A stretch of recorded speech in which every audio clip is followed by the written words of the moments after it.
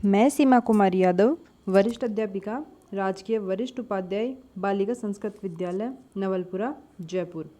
आज हम कक्षा 10 लोकतांत्रिक राजनीति सामाजिक विज्ञान विषय के चैप्टर संवाद नामक प्रकरण के बारे में चर्चा करेंगे। जैसा कि हम इसके पिछले अध्याय में हम पढ़ चुके हैं कि संवाद होता क्या है। हम इसके बारे में पढ़े थे कि संवाद क्या होता है। संवाद का जो हमने एक सामान्य परिभाषा पढ़ी थी वो क्या पढ़ी थी, क्या था कि संवाद क्या होता है? शासन के विभिन्न रूपों के मध्य सत्ता का ऊर्ध्वाधर विभाजन ही क्या कहलाता है? संवाद कहलाता है। अर्थात शासन जो एक सरकार है, पूरा देश है, उसकी जो शासन व्यवस्था है उसके कितने रूप हैं, जैसे केंद्र सरकार है, राज्य सरकार है या और अन्य कोई सी सरकार है, उन सभी सरकारों के मध्य शक्तियों का जो विभाजन है वो किस रूप में किया गया है? एक सामान्य रूप में। उसे ही क्या कहा गया है? संवाद कहा गया है। अब हम देखते हैं संघीय व्यवस्था चलती कैसी है। संघीय व्यवस्था का जो प्रावधान है वो हमारे किस में किया गया है? संविधान में किया गया है। हम संविधान में देखते हैं कि संविधान में इसका प्रावधान किस प्रकार से किया गया है। मैंने बताया था कि भारत में जो संवाद का प्रावधान है वो अनुच्छेद 1 में राज्यों का संघ के नाम से भारत को परिभाषित किया गया है। तो एक तो संविधान के प्रावधान, संविधान में ये जो बात लिखित है उसके अनुसार हमारे भारत में क्या चलती है? संवाद शासन व्यवस्था चलती है। इसके अंतर्गत इसके अलावा भी क्या होता है? भारत में जो लोकतांत्रिक राजनीति है उसके कारण भी क्या होता है? भारत में संवाद अच्छे से अपना कार्य कर रहा है। हम देखते हैं कि लोकतांत्रिक राजनीति में हमारे यहाँ पे अलग अलग धर्म, जाति, लिंग, सभी प्रकार के यहाँ पे लोग रहते हैं। उन सभी लोगों को एक साथ एक ही शासन व्यवस्था के रूप में उन पर शासन चलाना ही क्या अपने आप में क्या है? एक लोकतांत्रिक राजनीति की मजबूती मानी जाती है। इसके अलावा हमारे पास और क्या क्या आधार हैं जिसकी वजह से हम क्या करते हैं? भारत में संवाद किस किस रूप में प्रचलन में है। पहला देखते हैं भाषाई राज्य। पहला कौन सा होगा? भाषाई राज्य। हम देखते हैं भाषाई राज्य। सबसे पहले पढ़ेंगे भाषा के आधार पर हमारे प्रांतों का गठन हमारे देश की लोकतांत्रिक राजनीति के लिए पहली और कठिन परीक्षा थी। हमने देखा कि भारत में जब 1947 में आज़ाद हुआ उस समय भारत में जो प्रांत थे वो कितने थे? 14, अर्थात 14 राज्य थे। और हम वर्तमान में 1947 से लेकर 2020 तक देखें तो उसमें कितना परिवर्तन हो गया है। तो उस समय 14 प्रांत थे और वर्तमान समय में कितनी है? 28 तो क्या है? राज्य है। और कितने? 9 केंद्र शासित प्रदेश हैं। तो ये सभी क्या है? इसमें परिवर्तन होने की वजह से क्या हुआ है? भाषा के आधार पर क्या किया गया है? सबसे पहले यहाँ पे परिवर्तन किया गया है। इसके बाद हम देखते हैं कि भाषा के आधार पर हमारे राज्यों का जो विभाजन हुआ वो किस रूप में हुआ।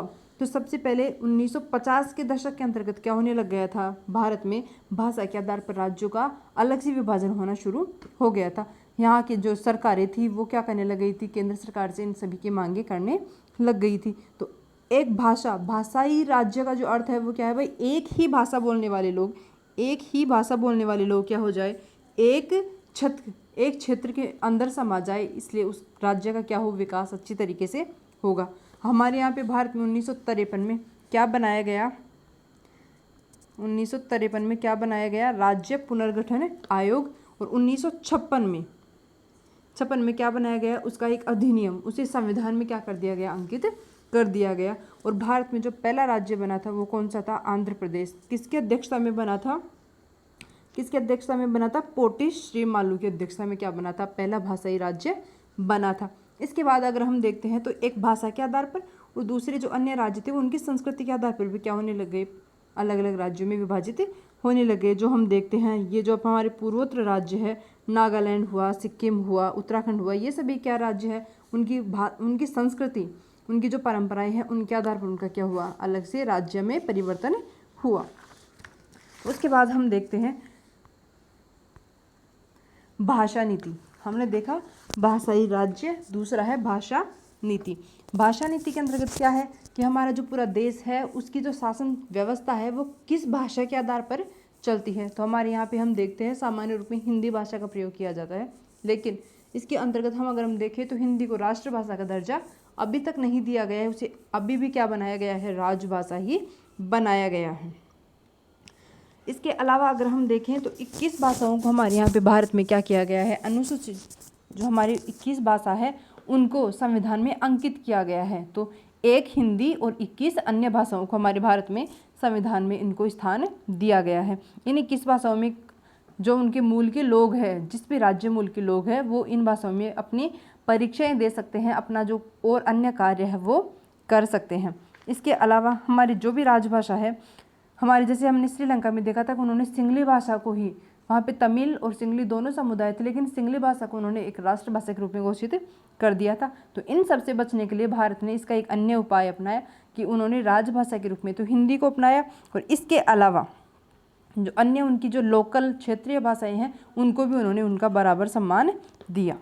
इसके अलावा एक और बात, हमारे भारत में जो हम दक्षिण भारत की दिशा में जाएंगे तो वहाँ पे हिंदी नाम के बराबर वहाँ पे बोली जाएगी। इसके अलावा वहाँ पे जो उनकी क्षेत्रीय भाषा है, जैसे केरल की मलयालम है, तो वो बोली जाएगी। और इसके अलावा वहाँ पे अंग्रेजी भाषा को क्या किया जाएगा, बराबर का महत्व दिया जाएगा। वहाँ पे जो राजकाज की भाषा है वो अंग्रेजी के रूप में भी क्या करते हैं, वहाँ पे प्रयोग करते हैं। तो भारत में इन सब की स्थिति से बचने के लिए उन्होंने एक जो सामान्य समाधान निकाला, वो क्या निकाला कि हिंदी के साथ साथ उन्होंने अंग्रेजी को भी क्या कर दिया, बराबर का महत्व प्रदान कर दिया। और इसके साथ ही इस विवाद को काफ़ी हद तक उन्होंने सुलझाने का प्रयास किया। अब हम देखते हैं केंद्र राज्य संबंध। केंद्र राज्य संबंधों में लगातार आए बदलाव का यह उदाहरण बताता है कि व्यवहार में संवाद किस तरह मजबूत हुआ है। मतलब हमारे जो केंद्र और राज्य के जो संबंध है वो भी हमारे संवाद को मजबूती प्रदान करते हैं। अब हम देखते हैं कि भारत जब 1947 में आज़ाद हुआ था, उसके बाद से लेकर 1989 तक भारत में क्या रही, एक ही दल की सरकार रही, कांग्रेस की सरकार रही। 1977 में जनता दल बना था, लेकिन वो 1 साल के अंतर्गत ही क्या हो गई थी, उसकी दूसरी सरकार बन गई थी। तो 1947 से लेकर 1989 तक केंद्र में भी और राज्य में भी दोनों में सरकार समान रहने के कारण संवाद को किसी भी तरह की कोई समस्या उत्पन्न नहीं हुई। लेकिन 1989 के बाद भारत में क्या हुआ, गठबंधन सरकारों का क्या हुआ, चलन शुरू हुआ। गठबंधन सरकार किसे कहते हैं, गठबंधन सरकार वो जब लोकसभा में किसी एक दल को स्पष्ट बहुमत ना मिले तो अन्य जो क्षेत्रीय दलों को एक साथ मिलाकर किसी एक पार्टी के द्वारा जब सरकार बनाई जाती है तो उसे ही क्या कहते हैं, गठबंधन सरकार कहते हैं। तो ऐसे में अगर जैसे वर्तमान समय में गठबंधन सरकार बने तो वो केंद्र में और राज्य में, तो उससे संबंधों पे क्या होगा, संवाद में प्रतिकूल प्रभाव पड़ेगा। केंद्र में अगर अलग सरकार होगी और राज्य में अलग सरकार होगी तो इसका शासन व्यवस्था पे क्या पड़ता है, प्रतिकूल प्रभाव पड़ता है। इसकी वजह से क्या होता है, केंद्र में लागू होने वाली जो योजनाएं हैं उसको राज्य सरकार लागू नहीं करती, और राज्य में जो भी योजनाएं होती है उनको केंद्र सरकार मान्यता प्रदान नहीं करती। इसकी वजह से संवाद पर क्या होता है, प्रतिकूल प्रभाव पड़ता है। इसके साथ ही और क्या है, इस प्रवृत्ति को सुप्रीम कोर्ट के एक बड़े फैसले से भी संबल मिला है कि ये जो केंद्र सरकार है वो अपने जो सभी कार्य है वो राज्य सरकार की परामर्श के अनुसार नहीं कर सकती। इसके अलावा भी केंद्र सरकार और राज्य सरकार के जो संबंध है वो सुप्रीम कोर्ट भी उनकी दिशा को क्या करती है, एक दिशा प्रदान करती है। इसके बाद हम देखते हैं भारत में विकेंद्रीकरण, और ये इस पार्ट का सबसे इम्पोर्टेंट क्या है, टॉपिक है। भारत में विकेंद्रीकरण की जो एक सामान्य परिभाषा अगर हम देखें तो इसे क्या कहते हैं, विकेंद्रीकरण जब केंद्र सरकार और राज्य सरकार की शक्तियों को लेकर स्थानीय सरकारों को उनकी शक्तियां प्रदान कर दी जाती हैं। अर्थात जब केंद्र सरकार और राज्य सरकार की शक्तियां स्थानीय सरकारों को प्रदान कर दी जाती है तो उस व्यवस्था को विकेंद्रीकरण शासन व्यवस्था कहा जाता है।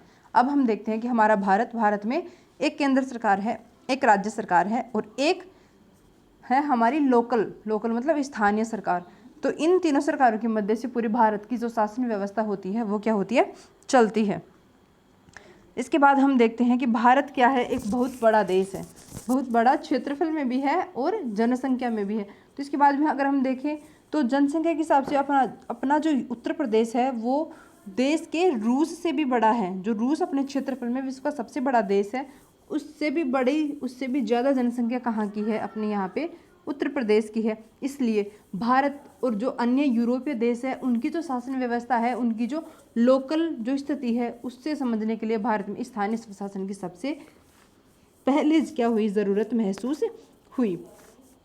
इसके बाद हम देखते हैं कि हमारी जो स्थानीय शासन व्यवस्था है वो उनको लागू तो कर दिया, लेकिन उनको जो व्यवहार में उसको नहीं अपनाया गया, ना तो उन सरकारों को कोई अधिकार दिए गए, ना उनके समय पे चुनाव करवाए गए, ना इसके अलावा और क्या हुआ, किसी भी तरीके से उनको कोई फंड प्रदान नहीं किया गया, कोई बजट नहीं दिया गया। जब इन कारणों से क्या हुई, स्थानीय सरकारें अपने आप में विफल होने लग गई। जो वास्तविक विकेंद्रीकरण जो हुआ वो कब हुआ, 1993 में एक 1973 1974 को जो संविधान संशोधन विधेयक पास हुआ, उसके बाद स्थानीय सरकारें क्या हुई, अपने आप में मजबूती प्रदान हुई। अब इनको जो नए जो अधिकार प्रदान किए गए वो क्या थे, वो देखो। पहला है, अब स्थानीय स्वशासी निकायों के चुनाव नियमित रूप से करवाना जरूरी हो गया। मतलब अब हर 5 साल बाद में क्या होते हैं, हमारे यहाँ पे स्थानीय सरकारों के चुनाव होने कंपलसरी हो गए, बाध्यता उनको क्या कर दी गई, प्रदान कर दी गई। दूसरा है, निर्वाचित स्वशासित निकायों के सदस्य पदाधिकारियों के पदों में अनुसूचित जातियों, जनजातियों और पिछड़ी जातियों के लिए सीटें आरक्षित। अभी हम देखते हैं SC ST OBC के लिए सीटें रिजर्व रहती है। हर 5 साल बाद ऐसा नहीं है कि भाई अब SC का ही सरपंच बनेगा, ST का ही सरपंच बनेगा, ऐसा नहीं है। अब हर 5 साल बाद में अगर एक बार SC की सीट आती है तो उसके बाद OBC की आएगी, ST की आएगी, जनरल की आएगी। अब केवल OBC या जनरल का व्यक्ति ही सरपंच नहीं बन सकता या अन्य पंचायत समिति सदस्य नहीं बन सकता। और इसमें सबसे बड़ी बात, कम से कम 1/3 पद महिलाओं के लिए आरक्षित है। अब हम देखते हैं कि हमारे जो स्थानीय सरकार है उसमें महिलाओं को भी 33% आरक्षण प्रदान किया गया है। हर राज्य में पंचायत और नगरपालिका चुनाव करवाने के लिए राज्य चुनाव आयोग नामक एक स्वतंत्र संस्था, जो जैसे अपने देश में स्वतंत्र निर्वाचन आयोग है, वैसा ही हमारे राज्य में भी राज्य निर्वाचन आयोग बनाया गया है, जो इन स्थानीय जो भी जितने चुनाव होते हैं उन सभी को संपन्न कराने का कार्य उसका होता है। राज्य सरकारों को अपने राजस्व और अधिकारों का कुछ हिस्सा इन स्थानीय स्वशासी निकायों को देना पड़ता है। सत्ता में भागीदारी की प्रकृति हर राज्य में अलग अलग होती है, अर्थात राज्य अपना फंड इन स्थानीय सरकारों को भी क्या करता है, प्रदान करता है, ताकि वो अपने गांव, अपने पंचायत, अपने जिला की जितनी भी समस्याएं हैं उन सभी का हल आसानी से और अपने बजट के अनुसार कर सके। अब इनका एक 3 तरीके का क्या होता है, 3 तरीके का एक स्तर होता है हमारे यहाँ पे स्थानीय पंचायतों का। तो इसमें पहला होता है ग्राम पंचायत, दूसरा होता है पंचायत समिति और तीसरा होता है जिला परिषद। तो पहला है, हमारे प्रत्येक गांव में कुछ ग्राम समूह, एक ग्राम पंचायत होती है, ये एक तरीके की परिषद होती है। इसमें सभी लोग, गांव के सभी सदस्य क्या करते हैं, इसमें चुनाव प्रदान करते हैं और इसी में एक वार्ड पंच बनाया जाता है। इसी में सभी वार्डों के वार्ड पंच बनाए जाते हैं और वो वार्ड पंच अपने में से एक उप सरपंच का क्या करते हैं, निर्माण करते हैं। ग्राम पंचायत का बजट पास करने के, इसके कामकाज की समीक्षा करने के लिए सालों में कम से कम 2 या 3 बार बैठक करनी ज़रूरी होती है। ये जो अपनी ग्राम पंचायत होती है उसकी साल में कितनी 2 या 3 बैठक क्या होती है, कंपलसरी करनी होती है। इसके बाद हम इसका जो दूसरा ढांचा है वो है पंचायत समिति, इसको तालुका भी कहते हैं, इसे मंडल और प्रखंड स्तरीय पंचायत भी कहते हैं। इसके अलावा इसके सदस्यों का चुनाव पंचायत सदस्य करते हैं और इसमें जितने भी ग्राम पंचायतें बनी होती है वो उन सभी से मिलकर क्या बनती है, एक पंचायत समिति का निर्माण होता है। इसमें क्या होता है, इसमें सभी लोग क्या करते हैं, जितने भी ग्राम पंचायत मिली हुई है उन सभी के लोग क्या करते हैं, यहाँ पे वोट प्रदान करते हैं। इसके बाद होता है जिला परिषद के सदस्य। जिला परिषद के जितने भी सदस्य हैं वो क्या करते हैं, एक जिले की सरकार का निर्माण करते हैं। उसमें जिला परिषद, पार्षद वगैरह यहाँ पे बनाए जाते हैं। इसके अलावा जिला परिषद का प्रमुख इसी परिषद का राजनीतिक प्रधान भी होता है। जो जिला परिषद का जो प्रधान होगा उसका राजनीतिक क्षेत्र में भी क्या होगा, एक अलग स्थान होगा। इसके बाद हम स्थानीय शासन वाली संस्थाएं शहरों में भी काम करती हैं। मतलब ये तो हमारे गाँवों की पंचायत है, गाँवों की सरकार है। इसके अलावा हमारे शहरों में भी क्या होती है, एक सरकार का निर्माण होता है। उसमें स्थानीय सरकार की एक नई व्यवस्था में दुनिया में लोकतंत्र का तक का सबसे बड़ा प्रयोग है। यहाँ पे भी 3 स्तर होते हैं, एक नगर पालिका, एक नगर परिषद और एक होता है नगर निगम। नगर पालिका में 36 लाख लोगों का चुनाव होता है और अपने आप में दुनिया के कई देशों की कुल आबादी से भी ज़्यादा होता है। इसके अलावा यहाँ लोकतंत्र में महिलाओं को हम देखते हैं कि हमारी जो स्थानीय शासन व्यवस्था है ये एकमात्र ऐसा क्षेत्र है जहाँ पे सबसे पहले क्या हुआ था, महिलाओं को 33% आरक्षण प्रदान किया गया था। इसके बावजूद भी अनेक परेशानियाँ कायम है। हम देखते हैं ये अपने आप में मजबूती प्रदान की हुई है, लेकिन इसके साथ ही इसकी कुछ समस्याएं भी है। पंचायतों के चुनाव नियमित रूप से होते हैं और लोग बड़े उत्साह से हिस्सा लेते हैं, लेकिन ग्राम सभाओं की बैठकें नियमित रूप से नहीं होती। अधिकांश राज्य सरकारों ने स्थानीय सरकारों को पर्याप्त अधिकार नहीं दिए। इस प्रकार हम आदर्श स्थिति से काफ़ी दूर है। अर्थात सबसे पहले तो यहाँ पे जो अपनी ग्राम पंचायत होती है ना, इनकी नियमित रूप से जो साल में 2 या 3 बैठक होती है वो संपन्न नहीं होती है। इसके अलावा भी क्या होते हैं, राज्य सरकार है वो इन स्थानीय जो स्वशासन है या स्थानीय जो सरकारें हैं उनको पूरे अधिकार प्रदान नहीं करती है, उनको बजट पेश नहीं करती है, उनको फंड उपलब्ध नहीं कराती है, जिसकी वजह से इन सरकारों के पास फंड उपलब्ध नहीं होता या बजट उपलब्ध नहीं होने के कारण क्या होता है, ये अपना कार्य, अपनी जो समस्याएं हैं उनका हल आसानी से नहीं निकाल पाते। मैं आशा करती हूँ कि आपको ये अध्याय अच्छे से समझ में आया होगा।